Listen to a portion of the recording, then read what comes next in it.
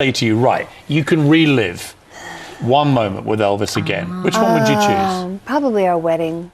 Now, before we dive in, let me just say this up front. What I'm about to share with you is not rumor, not speculation, not a somebody said, somebody whispered. No, what I have here comes directly from the court files themselves. These are the kinds of documents that don't just appear in a headline for a day and disappear the next morning. These filings stick, and they paint a picture that's going to shock you. Now, let me warn you, if you thought you already knew the whole story about Priscilla Presley, buckle up.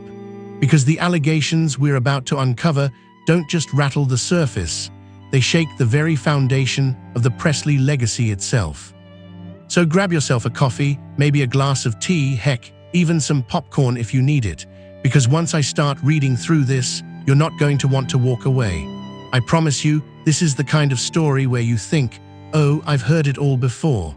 But then you get one paragraph in, and suddenly your jaw's on the floor. Here's the thing, when it comes to celebrities, especially someone as deeply tied to American culture as Priscilla, most of what we hear is carefully packaged. Press releases, interviews, polished statements for the public. That's what the mainstream media feeds you. But court filings, they don't care about public image. They don't care about maintaining appearances. They're raw, they're messy. They're full of finger-pointing, accusations, timelines, receipts. And that's exactly what makes them so important to go through. Because according to this new legal filing, the story of Priscilla Presley is not the story we've been told for decades, the dignified matriarch, the grieving widow who kept Elvis's memory alive, the grandmother keeping the family together. No, the picture that emerges here is darker, sharper, and honestly, a whole lot uglier. We are talking about new allegations of manipulation, financial schemes, betrayals, even moments that raise disturbing questions about how far Priscilla has been willing to go in order to hold on to power. And the shocking part, so much of it has been hiding in plain sight, just buried in pages of legal jargon that nobody thought the public would actually read. But we're going to read it. Now, don't get me wrong, I'm not here to tell you what to believe. I'm not here to say Priscilla Presley is guilty or innocent. That's not my job. What I am here to do is show you what's in black and white in these filings and let you see the picture for yourself. So if you've ever wondered, why was Lisa Marie so estranged from her mother? Why were there constant financial battles around Graceland? Why does Priscilla's name always seem to surface when money and power are at stake? You're about to get a glimpse into answers that will leave you shaking your head. Stick with me to the end, because once we walk through these pages, you'll never look at the Presley empire or the woman who still calls herself its queen the same way again. These aren't just random accusations flying around on social media, and this isn't some tabloid spinning gossip for clicks. What I've got in front of me is a legal filing, typed, stamped, and submitted into the court record. That alone changes everything, because once something enters the legal system, it's no longer whispers and rumors. It's testimony, it's evidence, it's sworn claims. So what exactly is this filing, and why does it matter? Well, this particular case comes from individuals who were once very close to Priscilla Presley. These weren't outsiders trying to take a cheap shot. No, these were people inside her circle, business partners, allies, people who saw the way she operated day after day. And for a while, they believed in her. They trusted her. They even devoted time, money, and their own reputations to building up her name. But somewhere along the line, that trust broke. And when it broke hard enough that they went straight to the courts. Now think about that for a second. For decades, Priscilla Presley has been careful about her image. To the public, she's the elegant widow, the woman who carried Elvis's memory after his death, the mother who stood by Lisa Marie. But behind closed doors, according to this filing, things looked very, very different. And here's the kicker, this isn't the first time controversy has swirled around Priscilla. If you've followed the Presley family drama over the years, you'll remember the constant disputes, battles over Graceland, the fallout after Lisa Marie's passing, and the questions about who really controls Elvis's empire. There's always been tension simmering under the surface. But this filing, it's like someone finally took all those suspicions, all those whispers, and put them into black and white paragraphs with dates, names, and specific allegations. Now, I don't want to dump the whole mountain on you at once, because trust me, it's heavy. Instead, I'm going to walk you through the highlights step by step, piece by piece, so you can see exactly how the puzzle fits together. Some of it will sound like déjà vu, things we've all wondered about for years. And some of it is going to stop you in your tracks. Let's pause here, because I want you to really think about this. Do you believe that someone like Priscilla, who has spent nearly half a century shaping her public image, could have been hiding these kinds of moves behind the scenes? Or do you think this is just another money grab by people who got too close and now want payback? Drop your thoughts in the comments, because this is one of those cases where the opinions are going to be split right down the middle. Some folks will say she's protecting Elvis's legacy. Others will argue, no, she's been exploiting it for years. But hear what makes this different. This filing doesn't just accuse, it documents dates, signatures, business dealings, family disputes, all laid out in detail, and that's what separates it from the gossip mill. Now you might be wondering, why haven't we heard more about this in the mainstream media? Why isn't every outlet covering this story wall to wall? Well, that's the nature of legal filings. They're public record, but they're buried under piles of other cases. Most journalists don't want to dig through 60+ pages of dense legal writing to find the gems hidden inside. But that's what we're about to do together. So grab your notepad if you want to, because in just a minute, I'm going to start breaking down exactly what's inside this case, who filed it, what they're accusing Priscilla of, and how it connects directly to Lisa Marie, to Graceland, and to the Presley fortune. And I'll tell you this much right now. If you thought you understood the Presley family drama before, what you're about to hear is going to make you question everything. When it comes to the Presley empire, there are really only 3 things that have ever been at the center of the storm: power, money, and legacy. And according to these filings, Priscilla Presley was determined to control all 3, no matter what it cost, no matter who stood in her way. Let's rewind for a second. When Elvis passed away in 1977, his estate was left in a trust for his only child, Lisa Marie. Priscilla wasn't in that picture, at least not officially. In fact, the divorce agreement between Elvis and Priscilla had made it clear she was supposed to step away. She wasn't entitled to his estate, she wasn't written into his will, and she was even supposed to stop using the Presley surname. That was the deal. But here where things get messy. According to the allegations in this filing, Priscilla didn't just accept being left out. She maneuvered her way back in. The documents describe how, while Vernon Presley, Elvis's father, was on his deathbed and too weak to fight, Priscilla allegedly pushed her way into a position of power, securing herself as a co-executor of the estate. Think about that. Elvis had cut her out, but within just 2 years of his passing, she was back in the driver's seat, steering the Presley fortune. Now we've all heard people say, well, Priscilla saved Graceland. She turned it into a business empire. And sure, that's the public story, but what these filings suggest is a much darker narrative, not one of preservation, but one of exploitation. The estate, the name, even the family trust, it all became tools in a larger game of control. And here's the part that will hit home for a lot of you: Lisa Marie. She wasn't just Elvis's daughter, she was the sole heir. And yet, these documents claim that even after Lisa came of age and inherited her fortune, Priscilla kept finding ways to keep her hooks in the money. From financial managers linked to her, to trusts that somehow looped her back into decision-making, it paints the picture of a woman who simply refused to let go, even when her own daughter didn't want her involved. And we saw the fallout, didn't we? The estrangement between Lisa and her mother, the legal fights, the whispers that Lisa didn't want Priscilla anywhere near her business affairs. These filings connect those dots in a way that makes you stop and say, we've all suspected this for years, haven't we? Because here's the pattern: Elvis cut her out, Lisa tried to cut her out, and yet Priscilla kept fighting back, clawing her way into positions of influence, using her name, her connections, and her image to stay tied to the Presley legacy. And then, of course, comes Riley. After Lisa's passing, Riley Keough, Lisa's daughter, was positioned as the new trustee, but the filings allege that even Riley wasn't safe from the tug-of-war. Deals were made, settlements arranged, millions shifted around, all with the goal of ensuring Priscilla still walked away with a share. Now I want to be clear here. None of this is about whether Priscilla had the right to earn money or manage her own brand. The question is whether she did it fairly, or whether she did it by manipulating her way into places she was never supposed to be in the first place. And according to these court documents, the story is leaning hard toward manipulation.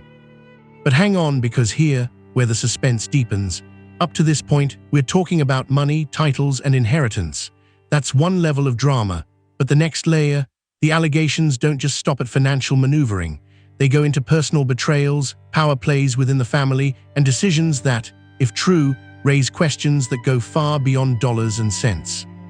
So if you think this was just about checks, balances, and bank accounts, stay with me, because what comes next is where the story turns from scandalous to downright disturbing. All right, this is the part you've been waiting for. Let's crack open the filing itself. And remember, these aren't my words. This is directly from the court record. I'll read you the claims, and then we'll pause to talk about what they really mean.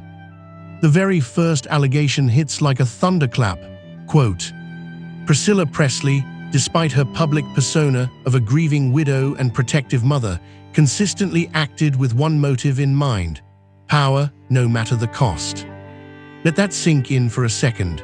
From the very start, the filing paints her not as a guardian of Elvis's legacy, but as someone obsessed with climbing to the throne herself.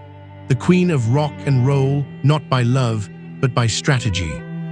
Now here, where it gets even heavier, the document goes on to describe how, while Vernon Presley, Elvis's father, was dying, Priscilla allegedly used that vulnerable moment to force her way into co-executor status of the estate. In plain English, while the man was on his deathbed, she secured the keys to the kingdom. Yes, you heard that right. And it doesn't stop there. According to the filing, after Lisa Marie inherited the estate in 1993, Priscilla kept herself tied to the money by looping in her own financial manager, Barry Siegel. Together, the documents claim, they mismanaged Lisa's finances to such a degree that Lisa herself later sued. Millions lost, lawsuits filed, and yet Priscilla remained connected. Now, if you're shaking your head, you're not alone. We've all heard the whispers for years. Lisa lost her fortune. Priscilla always had her hand in it.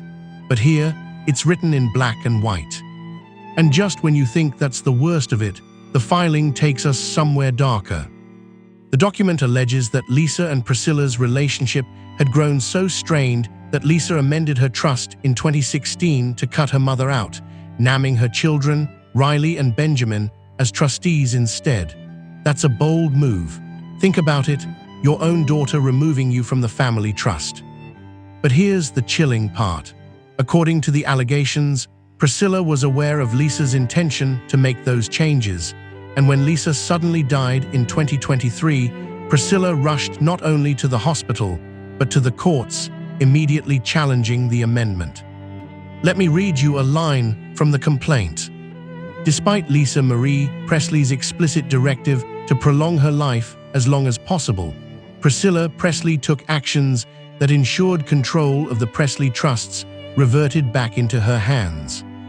That's not just financial, that's personal, that's family. And if that wasn't enough, the filing also dives into secret contracts, agreements where Priscilla allegedly sold off parts of her name, likeness, and even her rights to the Presley brand years earlier, but then later acted as though she still controlled them. One deal from 2005 allegedly brought her $6.5 million, a payout she forgot to disclose when entering new partnerships years later. Forgot or conveniently omitted, you be the judge. And just wait until you hear the part about her private deals, arrangements allegedly brokered after Lisa's passing that ensured Priscilla and even her son, Navarone, walked away with millions, despite being cut out in earlier wills and trusts. Friends, I've read a lot of legal documents over the years, and this one is something else. It doesn't read like a simple financial dispute. It reads like a Shakespearean drama: betrayal, greed, family torn apart, and at the center of it all, Priscilla fighting to stay queen of an empire she was never supposed to inherit. And if that doesn't make you wonder what really goes on behind the gilded gates of Graceland, I don't know what will. Now let's step into the part of this story that cuts deeper than money, the family betrayals. Because at the heart of these filings isn't just a battle over trusts and estates. It's a story about a daughter who couldn't trust her own mother and a granddaughter who suddenly found herself face to face with the same fight. Think back to Lisa Marie. She wasn't just Elvis's heir, she was the child who carried the Presley name into a new generation. And yet, the filings reveal a relationship so broken that Lisa made the unthinkable decision. She cut her mother out. Imagine that for a moment. What has to happen between a mother and daughter for the daughter to say, "No more, I don't want you involved in my affairs, I don't want you near my legacy"? That's not a small decision, that's heartbreak written into legal paperwork. According to the court documents, Lisa amended her trust in 2016, specifically removing Priscilla and replacing her with her own children, Benjamin and Riley. That's about as clear a message as you can send. And the tragedy, just a few years later, Benjamin was gone, leaving Riley as the one holding the weight of the Presley empire. Now step into Riley's shoes for a second. You've just lost your mother, you've just lost your brother, and before the funeral flowers have even wilted, your grandmother, the one your mom had deliberately removed from the trust, is already filing in court to claw her way back in. Can you imagine that moment? The grief, the shock, and on top of it all, the legal war. It's no wonder the filings describe Riley as resistant, even resentful. Because here was Priscilla, someone feared for her ability to manipulate, yet resented for the very same reason, still clinging to power. And that's the tragedy of it all. This isn't just about contracts and numbers. It's about a family that never found peace, because at the center of every relationship was the shadow of control. So after everything we've read, the allegations of financial mismanagement, the betrayals within her own family, the lawsuits, the secret deals, we're left with a question, and it's one I want you to answer for yourself. Is Priscilla Presley the queen or the villain? On one hand, you could argue she was simply protecting herself. After all, the Presley empire is massive. The money, the image, the brand, it's a machine that can chew people up if they're not careful. Maybe Priscilla was just doing what she had to do to survive in that world. Maybe she was trying to secure her place in history, to ensure she wasn't erased from Elvis's story. But on the other hand, look at the pattern.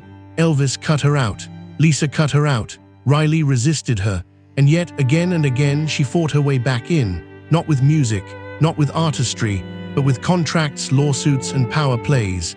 Does that sound like someone protecting a legacy or someone exploiting it? That's the duality we're left with, queen or villain, protector or manipulator. And maybe the truth lies somewhere in between, a woman who loved Elvis in her own way, but who also loved the throne that came with his name. So here, where I turn it over to you, what do you think? Has Priscilla been unfairly demonized, or have we all been too blind to see the warning signs? Drop your thoughts in the comments, because this debate isn't just about one woman. It's about who gets to control history, who gets to define a legacy, and how far people will go when the stakes are measured in both dollars and memories. And trust me, when it comes to the Presley family, that debate is far from over. We've just walked through some of the most shocking allegations ever tied to Priscilla Presley, not from rumor mills, not from gossip magazines, but directly from the court files themselves. Black and white. Names, dates, contracts, accusations. Now, whether you see her as the grieving widow who held the Presley name together, or the power player who clung to control at all costs, one thing is undeniable. The Presley legacy has never been as simple as the polished Hollywood version we're sold. Behind the gates of Graceland, there's been drama, betrayal, and heartbreak woven into every decision. And if these filings are any indication, we may only be scratching the surface. Legal cases don't just end quietly, they tend to uncover even more as they move forward. So don't be surprised if we're back here in a few weeks with even more revelations, more documents, and more twists in this story. Now I want to hear from you. What do you think? Is Priscilla the misunderstood protector of Elvis's legacy, Or has she been exploiting it all these years? Drop your thoughts in the comments, because this debate is going to be fiery and your voices make this conversation real. And hey, thank you for sticking with me through this deep dive. Y'all aren't just viewers, you're family here. Every like, every comment, every share helps keep this channel alive so we can keep uncovering the stories the mainstream media ignores.